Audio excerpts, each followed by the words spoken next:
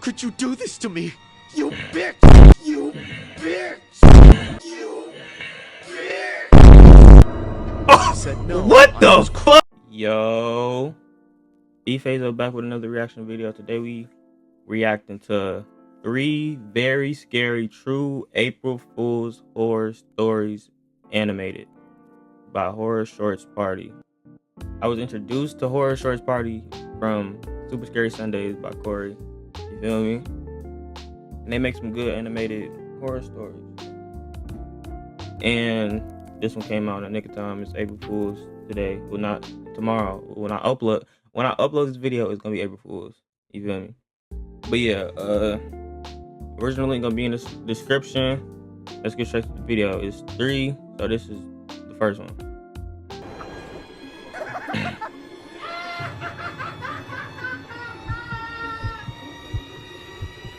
The proposal. In March, I had just one thing on my mind. I wanted to marry my girlfriend. We'd been together for over a year and I was obsessed with her. We were both living with our parents at the time, so instead of struggling to move out independently, we could do it together. I couldn't stop thinking about popping the question all throughout March, so by the time it was about to be April, I just couldn't wait any longer. It just happened to be April Fool's Day when I went over to her place with the intention of asking her to marry me. There was no April Fool's prank though. I was 100% serious. My girlfriend's parents weren't home that evening, so as usual, when we had the opportunity, we started to make out within a few minutes of me being there. Usually, we'd take it to the bedroom, but that time it just happened right there on the couch. Afterwards, we were cuddling and I was super nervous. Why the fuck does he look like this? I wasn't gonna say nothing because I'm like, okay, it could just be the, the style that they make in the characters, but she looks fine. Like she's regular, like not regular. Okay, not regular, but like like, what the fuck is wrong with his face? Like literally, in his teeth. Like what the fuck, bro? She could tell, too. She started giggling because she thought it was because of her, but she didn't know that I was busy in mind trying to work up the courage to pop the big question. Finally, I manned up and did it. Hey, I wanted to ask... Okay. What is it? Will you... I'm sorry, I'm just nervous as hell. Hey, just spit it out. You shouldn't be nervous around me. You weren't nervous 5 minutes ago. Okay, will you marry me? I'm sorry, but no. What? It's just too early, you know? No, I don't understand. Wait, this is an April Fool's prank, right? You're joking, right? No, I'm not joking, okay? This why you talk about that shit first, bro. Never just pop that motherfucker like without being 100% certain she gonna say yeah. Just like, bro, you should know what type of girl you got. You feel me? Like, it's certain girls that would say yeah, but like the way you say it or the when you say it, fuck it up. You feel me? Like, I heard it's like girls that they want it to be like its own special day. Like, don't do it on like a birthday or like a holiday. You feel me? And that's understandable. You feel me? So it's like certain shit you should know about your girl before you do big shit like that. How could you do this to me? You bitch! You bitch! You bitch! Oh, Said no. what the fuck? I kept trying. You bitch! When she said, This nigga's a fucking psychopath. What the fuck? No, alright, this is the last time I'm gonna do that. how could you do this to me? You bitch! When she said no. He put his heart and soul into that bitch. And then the fucking finger point. Oh my goodness. I kept trying to get her to admit that she was joking. It had been an April Fool's prank. It had to be. But every time I told her to say she was joking, to admit that she really wanted to say yes, she said no even louder. I couldn't handle it. I stood up, started pacing around and crying. I tried to hold back my tears, but I wanted to show her how she'd hurt me, how she'd ruin our chances of having a life together. Instead of apologizing, she started telling me to calm down, that it wasn't that serious, and that I was out of control. Before I knew it, she was screaming at me to leave, and I was screaming back at her. All my love for her turned to anger because of what she did to me. I'd done everything for her. I was trying to promise my life to her, and she just passed it up. With one word, she proved I meant nothing to her. She had to face the consequences. I had to make her pay. I went into the kitchen and grabbed a knife. Then I came back to the living room. In her crib, though? What? This disrespectful fucking bro. And ran at her.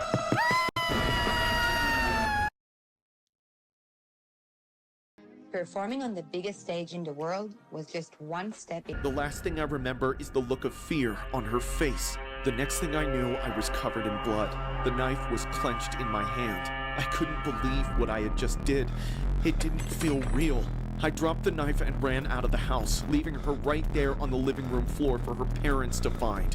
I ran all the way home and hid. The first thing I did was take off all my blood-soaked clothes and get in the shower. But suddenly, my legs were too weak for me to stand. I just sat in the bathtub with the water flowing. Now he's white. This nigga was just blue. Or was he fucking yellow? I don't. What the fuck? You should not be that disrespectful. You should not be talking to women like that. Why you, bro? That. And he's bathing in shit. Over me, watching the blood roll down the drain. No matter how much water ran over me, I couldn't get clean. It couldn't wash away what I did. It's not real. I didn't mean to poke her. It was just an April Fool's joke. I'll wake up tomorrow and she'll call me. We'll sort it all out. I didn't mean to. I swear. It was just April Fool's. It was just April Fool's. I was pranking her. I'm sorry. I'm sorry. I'm sorry. By the end of the day, I was arrested. Her parents must have been devastated when they got So I'm guessing he was blue because the lighting, like, it was dark. I don't fucking know. He still looked like a piece of shit. So home, seeing their daughter like that. I think about it every day. What kind of monster was I in those few seconds? I have nightmares of being her. I can't even scream or breathe. If only she had said yes. It's been a long time since that day. And this nigga gonna blame her for that shit? She didn't even say no. Hell no. Like, no, it's too early. Like, what the fuck? And wow. But the memory hasn't faded. Every year on April Fool's Day, I know I'm gonna have that dream. This story was inspired by a horrific April Fool's incident that happened on Saturday, March 30th. A man named Rahan Ahmed allegedly took out his girlfriend, Farida Khatun, for turning down his marriage proposal with a knife. The incident took place at Shalini Ground in Jayanagar V Block. Reports say that the victim and the accused were in a relationship for more than a year. The victim happened to be a mother of 2 daughters and worked at a spa. The accused worked as a spare car driver. The duo first met in 2022 at a spa and eventually entered into a relationship. After an outing, Rahan proposed to Khatun for marriage. However, she denied his proposal. Rahan assumed that it had to be an April Fool's prank, but things went left when he came to the realization that this was in fact a reality, and that's when Rahan lashed out with a knife and did what he did. A coconut seller nearby saw the victim lying in a pool of her own blood and subsequently called the police. By the time the victim was found, the accused had fled the spot. However, later on, the accused surrendered at the police station. This is downright one of the most disturbing April Fool's incidents to occur in the 21st century.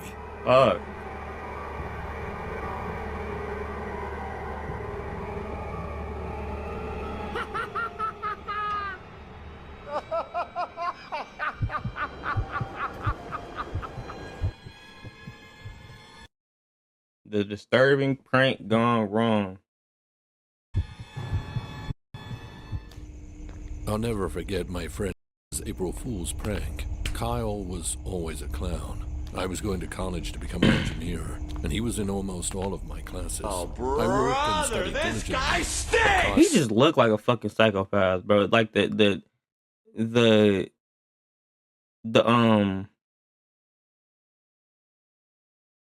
Never took anything seriously. He constantly distracted himself and me from getting anything ever done. Kyle would also try to convince me to skip class every day, but I never let him be that much of a bad influence on me. I encouraged him to have good attendance, because tuition was expensive as hell, and engineering is one of those majors when you can't miss class, or else you'll be screwed. Unfortunately, despite all my efforts, he didn't show up to 90% of our classes. One day, I snuck in some text to see where he was at, but I never got any reply, even after the lecture was over. I managed to record the whole thing on my phone to help him catch up whenever I saw him next, but I didn't know when that would be. We weren't roommates, so I didn't see him after school either. I chalked it up to Kyle sleeping in or just flat out ignoring my calls and messages, so I wasn't worried about it and went on with my business. I got through my studying for the evening, then I played a few rounds of card, then eventually went to bed. Then, in the middle of the night, I woke up to Kyle FaceTiming me. I rolled over to look at my phone, but after thinking about it for a second, I didn't answer. I was extremely tired and had class in the morning, so having him yapping in my ear about something unimportant was the last thing I needed. So, I set my phone away. nigga, you was just worried about this nigga. This nigga ain't been showing up to classes. And you finally get a call. And you don't answer because you tired. What? Nigga, just answer. Like, just check up on bro. You feel me? Like, it ain't. Fuck, just go back to sleep. Fucking dumbass. Away and ignored it. Not even a minute later, the ringing started back up again. My phone was on vibrate, but the reverberation through my nightstand was super loud, so it was annoying as hell. I kept hanging up, but Kyle would call me back to back 3 or 4 more times. I was about to give in and answer if he had called for a 5th time, but he didn't. Relieved, I quickly fell back asleep. About 2 hours later, around 4 in the morning, I woke up again to Kyle calling me.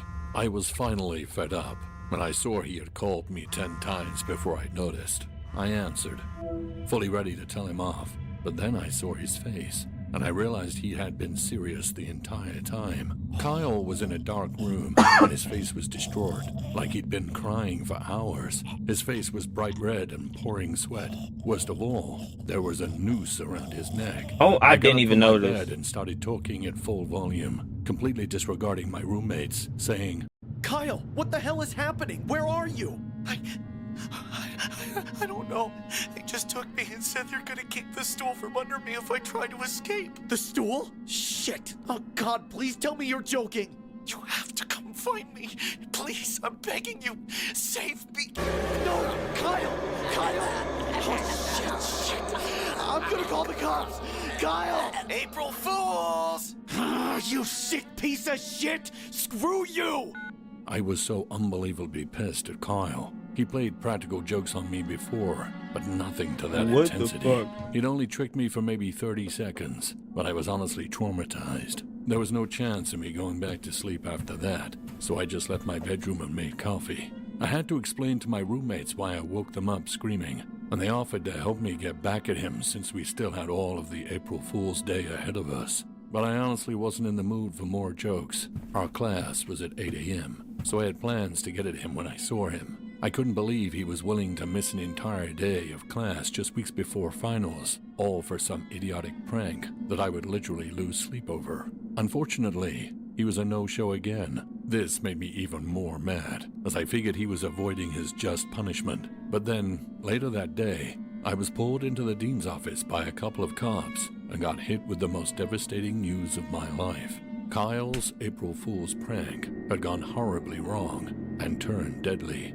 He was found by his roommates in the morning with the stool he'd been standing on tipped over and his phone on the ground. I was the last person he called, so they questioned me if I knew anything about the incident. I told them about the prank he pulled on me, which is why I didn't call for help.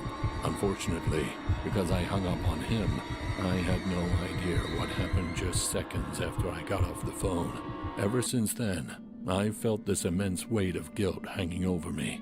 If I had just stayed on the phone, I could have called his roommates or rushed over there myself and saved him. Instead, I did nothing, and now he's gone. This story was inspired by a horrific incident regarding an April Fool's prank turned deadly after a male played with a rope during a video call to a friend and accidentally slipped. This prank ultimately cost him his life. The incident occurred at the victim's residence on Monday. He was identified as Abhishek Raghuvanshi. April the 1st is celebrated as April Fool's Day, with people playing tricks on their friends, family, and colleagues. But in Abhishek's case, it was his last day. The postmortem of the male has since been conducted. Bro. Rip the lady from the other, from the first horror short too.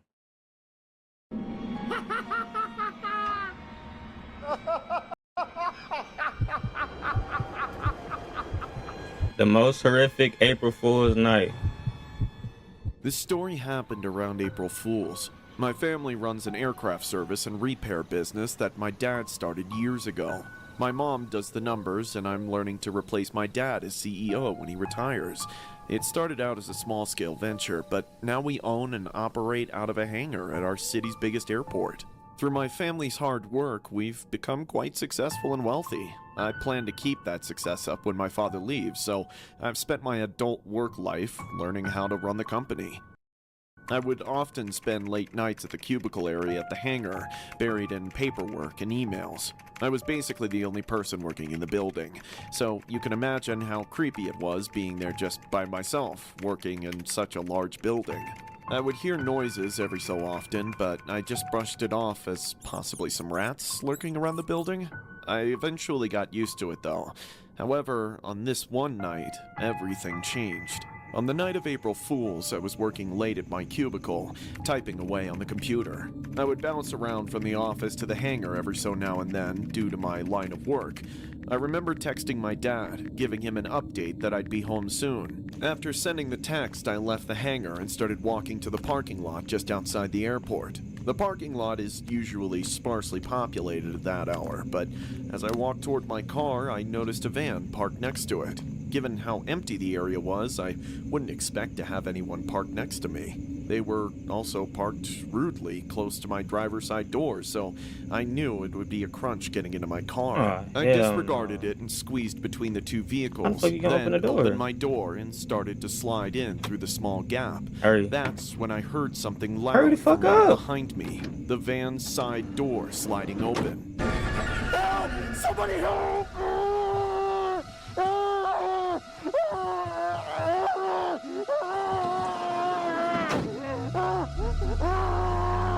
In the blink of an eye, my life changed. One moment I was... This nigga already peeped that is some weird shit. And he gonna stop and just stand there and look like this while you hear the door behind him open it. Nigga, get in the fucking car. What the fuck? On the way home to my parents, and the next I'm in the back of a stranger's van being held at knife point by masked kidnappers who are screaming in my face. I quickly realized I wasn't getting out of this situation by overpowering anyone, so I tried to go along with them the best I could, hoping that somehow if I complied, I would get home safely. Is this an April Fool's prank? Please tell me it is. Shut up and run your pockets. Give us everything you own before I start cutting off your fingers. Fine, here, take it. My ID, but there's like $200 in there. Why don't you take that? This address. Do you still live with your parents? No, please don't hurt them. I'm begging you. Quiet! Now listen to me, you whiny little shit. I don't care about your fat asshole of a dad or the used up old hag you call your mother. All I want is their money, and you're gonna help me get it from them. Understand? Okay, I'll do anything you want. Good.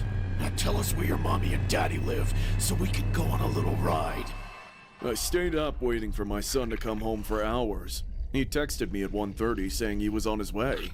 Without traffic, it should have taken him 30 minutes to get home, but 3 a.m. came and went, and then 4 a.m. Then, before I knew it, I was sitting in the living room at 5 in the morning with no sign of my son. No calls, no texts, nothing. Then, I finally heard the doorbell ring. God damn it, that better be him.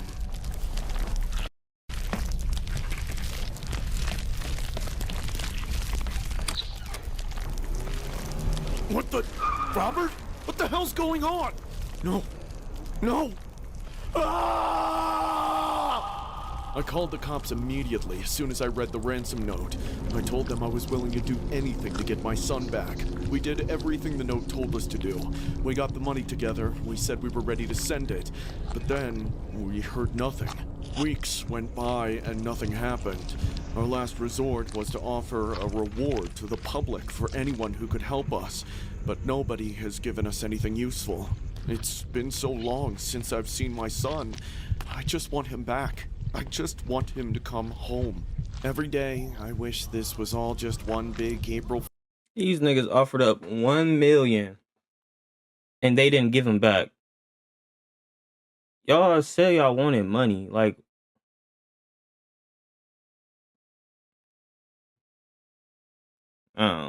yeah. Fool's prank, but as every passing day goes by, I'm faced with the grim reality that this was real. Ah! This story was inspired by a disturbing incident that happened on April Fool's Day. 2 days after their 26-year-old son was kidnapped in Lakeland, Thomas and Pamela Wiles received a ransom note. They followed the instructions to get their son back, but something went wrong. On Friday, 3 weeks after the April 1st abduction of Robert Arthur Wiles, his parents had no word of his whereabouts and do not know whether the kidnappers received their response. They and the FBI appealed to the public for help and to the kidnappers to contact the Wiles family again. The kidnapped son's name was Robert Wiles, who was a business development manager for National Flight Services. Robert's mom told reporters, "We are worried about Robert. We love Robert, and we are terribly concerned about his safety. We want him to know that his family loves him. We care about him, and we want him to come home. If anyone knows where he is, we need to speak with Robert. We'll do anything we can to get our son back and bring him home safe.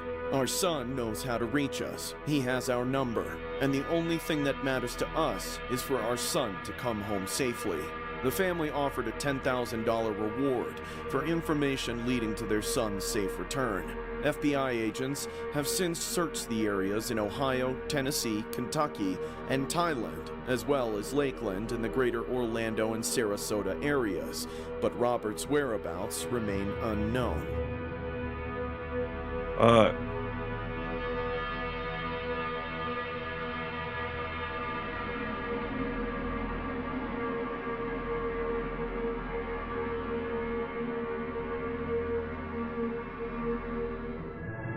Like, what did they gain from doing that, though?